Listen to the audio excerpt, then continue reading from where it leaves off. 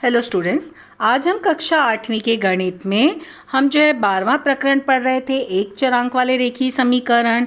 इसमें आज हम जो है पढ़ेंगे 12.1 स्वाध्याय हमारा हो चुका है। आज हम शाब्दिक उदाहरण यानी वर्ड प्रॉब्लम्स के बारे में देखेंगे। अब यहाँ पे देखो, ये तुम्हारा क्या है, वर्ड प्रॉब्लम्स। ये क्या होते हैं, मतलब यहाँ पर तुम्हें दिए होते हैं, ये जो है शब्द कथन में सवाल। इसके पहले क्या होता था, तुमको जो सवाल हल करना होता था तो तुम्हें समीकरण दिया होता था x + y = 6 या x + 2 = 6। तो जो भी मतलब समीकरण दिया होता तुम हल कर लेते थे। लेकिन अब यहाँ पर तुम्हें समीकरण नहीं दिया जाएगा, तुम्हें जो है कथन दिया जाएगा। तो तुम्हें कोई एक चरांक का उपयोग करके जो जानकारी दी है उसके आधार पे समीकरण पहले बनाना होगा और फिर सवाल हल करना होगा। तो यहाँ पे देखो, तुम्हें कुछ एक उदाहरण दिया है, कृति दी है, तुम्हारी किताब में दी हुई है कृति। इसमें क्या कहा है कि एक जानकारी दी कि मेरी आयु x वर्ष है, मतलब किसी की आयु दी गई है x वर्ष, ठीक है। उसके आधार पे समीकरण बना। जैसे पहला समीकरण ये देखो यहाँ पर है, क्या दिया है, मेरे दादाजी की उम्र मेरी आयु के 4 गुणे से 10 वर्ष अधिक है। मतलब जो दादाजी हैं उनकी आयु क्या है कि जो इसकी आयु है इससे 4 गुणे है और उसमें 10 वर्ष अधिक हैं। तो समीकरण कैसे बना, देखो 4x, 4 गुणे है ना, क्योंकि x वर्ष आयु है, तो 4 गुणे प्लस 10, क्योंकि 10 वर्ष अधिक। अधिक शब्द आया तो जोड़ देना, कम शब्द आया तो घटा देना, ठीक है। गुणा शब्द आया तो गुणा कर देना, ठीक है। देखना कथन में क्या बोला है। चलो अब यहाँ पे हमें दूसरा कथन देखते हैं। यहाँ पे हमारा ये दूसरा क्या बोला है, मेरी बहन की आयु मुझसे 4 वर्ष कम है, ठीक है। मतलब मेरी बहन की जो आयु, इसमें कथन के अनुसार 4 वर्ष कम है। तो देखो किसके, मुझसे, यानी यहाँ पे मुझसे यानी मेरी आयु कितनी वर्ष यहाँ पे लिखी है, x वर्ष। मतलब कथन के अनुसार हम बना रहे हैं, तो x वर्ष लिखिए। x वर्ष से कितना कम है, 4 वर्ष कम है। तो हम कैसे लिखेंगे, x - 4। कहाँ लिखेंगे, बॉक्स में लिखेंगे। इस तरह से बनाना कि बॉक्स बने, ठीक है। फिर यहाँ पे क्या बोला है, चलो यहाँ तीसरा देखो क्या बोला, मेरी माँ की आयु मेरी आयु की तिगुनी, तिगुनी यानी 3 गुणी। तो यहाँ पे आयु कितनी है इसकी, x वर्ष, तो x का कितना, तिगुना यानी 3 गुणा, 3x हो गई। यानी माँ की आयु क्या है, इसकी 3x है, 3 गुना है, ठीक है। चलो यहाँ पे चौथा समीकरण क्या बोला है, देखो यहाँ पर क्या बोला, मेरे मित्र की आयु मेरे आयु से आधे से 5 अधिक है। ध्यान देना क्या बोला, उसका मित्र जो है उसकी आयु क्या बोली, मेरी आयु, मेरी आयु कितनी, x वर्ष, यानी x वर्ष के आधे, आधा यानी इसका आधा यानी 2 से भाग दिया, आधा यानी हम 2 से भाग देते हैं ना, से 5 अधिक है। यानी कि अधिक बोला यानी प्लस, और कितनी अधिक है, 5। तो ये समीकरण बना, ठीक है। फिर यहाँ पर अभी इसका हम देखेंगे, ये क्या बोला है, मेरे पिताजी की उम्र मेरी उम्र से 32 वर्ष अधिक है। यानी पिताजी की उम्र, मेरी उम्र कितनी यहाँ पर कथन के अनुसार x, तो x से 32 वर्ष अधिक, अधिक बोला ने प्लस 32। तो ये आंसर हो जाएगा। तो इस तरह से हमारे ये समीकरण बना। तो अभी हम यहाँ पे देखो ऐसे आंसर लिखेंगे।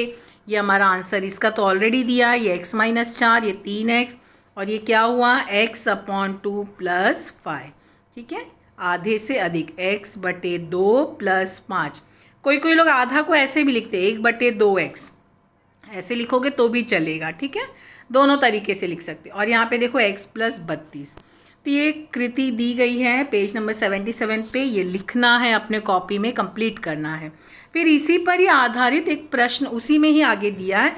क्या बोला है, पूर्व में दी गई जानकारी के अनुसार यदि मेरे मित्र की आयु 12 वर्ष है, मतलब वहाँ पे तुम्हें मित्र की आयु का समीकरण क्या बना था, x/2 + 5 सारणी में बना था ना समीकरण। अभी क्या बोला है कि माना मित्र की आयु 12 वर्ष है, तो मेरी आयु कितनी होगी। देखो कथन के अनुसार मेरी आयु वहाँ पर क्या दिया था, x वर्ष दिया था, और मित्र की आयु हमको कितनी मिली थी, x/2 + 5। अब देखो हमें क्या बोला, मित्र की आयु 12 वर्ष यानी x/2 + 5 = 12, क्योंकि ये मित्र की आयु, ये समीकरण मिला था और उसकी आयु 12 वर्ष हमको दिया है। तो यानी दोनों समीकरण क्या हुए, ये सेम हुए, दिया हुआ है। अब क्या करोगे, इसको हल करोगे। तो कैसे हल किए, ये तुम्हें पता नहीं, यहाँ कुछ नहीं है तो यानी बटे में 1 आ गया, फिर ये तिर्यक गुणा होता है, तो ये कैसे होता है, x + 10/2, इस तरह से ये हल हुआ, यहाँ पे वो समीकरण हल नहीं किया है, और बराबर 12। फिर क्या किया, ये 2 को यहाँ पर क्या किया गया है, ये पक्षांतर किया गया 2 को, ठीक है। तो 2 को जब पक्षांतर किए तो क्या मिला, यहाँ पर ये 2 यहाँ गया तो देखो x + 10 = 24। डायरेक्ट ये समीकरण आ गया, इसको नहीं लिखा गया है ये समीकरण, लेकिन तुम लोग लिखना अपने कॉपी में। फिर 10 को क्या किया है, यहाँ पे जो 10 है इसको पक्षांतर किया गया है। तो 10 को जब पक्षांतर किए तो क्या हो गया, 24 - 10 यानी 14। तो यानी कि मेरी आयु, यहाँ पे पूछा है ना कि यहाँ पर क्या ज्ञात करना है, मेरी आयु कितनी है, 14 वर्ष। यानी ये कथन के अनुसार अगर इसकी मित्र की आयु है 12 वर्ष है तो इसकी आयु 14 वर्ष। ऐसे हमें समीकरण हल करने। तो इस तरह से हमको पहले कथन बनाना होगा और कथन बना के इस तरह से सवाल को हल करना होगा। जैसे यहाँ पे देखो एक और कृति दी गई है, क्या बोला है, चौखट में उचित संख्या लिखिए, ठीक है। अब यहाँ पे क्या बोला है, एक यहाँ पर क्या बोला, मैं आयत हूँ, मेरी परिमिति 40 सेंटीमीटर है, चौड़ाई बोला x है और चौड़ाई का 3 गुना लंबाई है। अब देखो यहाँ पर क्या बोला, ये तो x दे दिया मगर लंबाई क्या बोला है, चौड़ाई का 3 गुना। चौड़ाई कितनी है, x है ना, यानी कि कितना हो गया यहाँ पे, ये हमारा कितना हो गया, इसकी लंबाई चौड़ाई का 3 गुना, यानी चौड़ाई x है, x का 3 गुना यानी 3x। तो यानी कि आयत की लंबाई क्या हुई, 3x, चौड़ाई क्या हुई, x हुई। और क्या बोला है, परिमिति 40 सेंटीमीटर। परिमिति का सूत्र जानते हो ना, 2 गुणे लंबाई प्लस चौड़ाई। तो सूत्र लगा के हल करेंगे।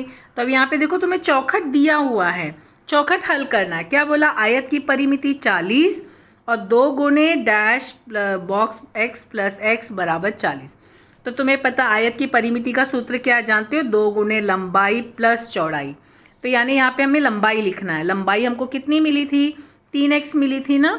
तो यहाँ पर x तो ऑलरेडी दिया है तो हम यहाँ सिर्फ लिखेंगे 3, क्योंकि x दिया हुआ है। और चौड़ाई कितनी थी, सिर्फ x थी, यानी कि इसमें आएगा 1, ठीक है।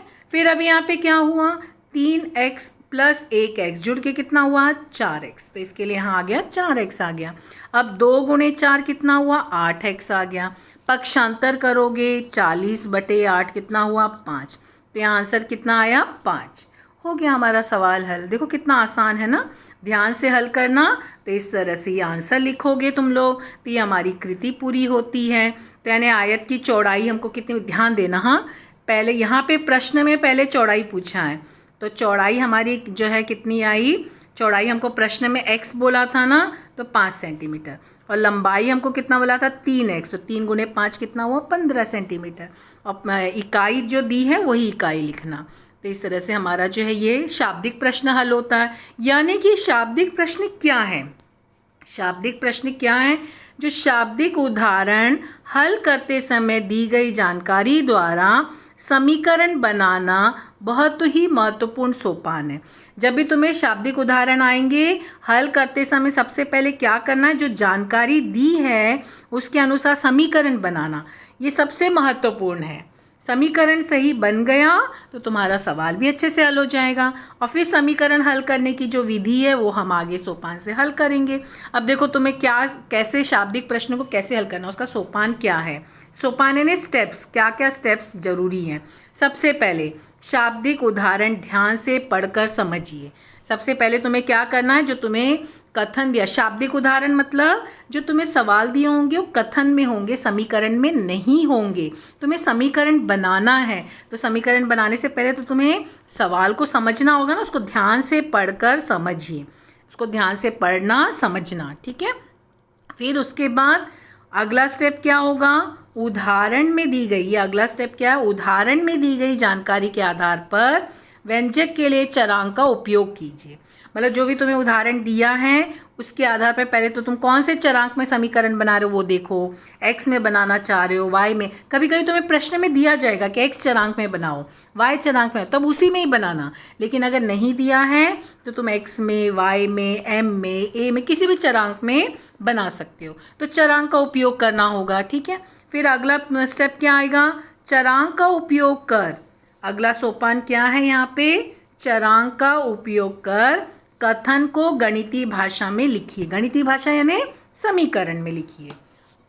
तो यहाँ पे अभी क्या करना है, तुमने चरांक पहले वहाँ पे पहले तो कथन पढ़ लिया, चरांक निश्चित कर लिया। अब वो चरांक का उपयोग करके हमें क्या करना है, जो क्वेश्चन दिया जाएगा क्वेश्चन का समीकरण उस चरांक में बनाना।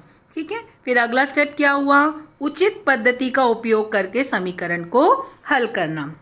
पद्धति यानी देखना कि तुम्हें वहाँ पे पक्षांतर करने के लिए जोड़ना है कि घटाना है, गुणा करना है, भाग करना है और फिर उसको पक्षांतर करना है, कैसे करना वो पद्धति ध्यान में रख के समीकरण को हल करना। ठीक है, फिर हल प्राप्त करिए, हल मिल जाएगा तुम्हें, चरांक का मान मिल जाएगा। समीकरण कैसे हल करना है 12.1 में हम लोग पढ़े हैं, 12.1 का दूसरा सवाल पढ़े थे ना। तो जब तुम्हें हल मिल जाएगा तो प्राप्त उत्तर को समीकरण में रखकर जांच कीजिए।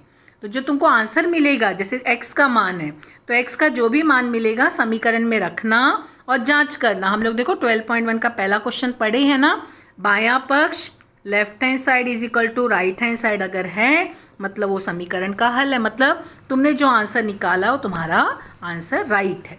और फिर उत्तर को लिख लेना नोटबुक में, हो गया तुम्हारा सवाल। ये सोपान ध्यान में रखना, ये सोपान ध्यान में रख के समीकरण बराबर से बनाओगे, हल करोगे तो तुम्हें आंसर मिल जाएगा। लेकिन एक चीज़ ध्यान देना, उत्तर लिखते समय क्या करना, क्योंकि तुम्हारा सवाल कथन का है तो तुम्हारा उत्तर भी कथन में होना चाहिए।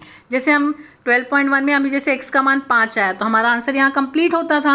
अभी जैसे वहाँ आयत वाला भी हमने कृति देखा ना, आयत की लंबाई चौड़ाई, तो देखो लास्ट में ऐसे लिखा था ना आयत की लंबाई, यानी कथन का सवाल है तो हमारा उत्तर भी कथन में होना चाहिए। ये ध्यान रखना उत्तर लिखते समय। तो इस तरह से हमें जो है आगे के सवाल कंप्लीट करने हैं। तो अभी हम 12.2 का सवाल आगे की वीडियो में देखेंगे। Thank you.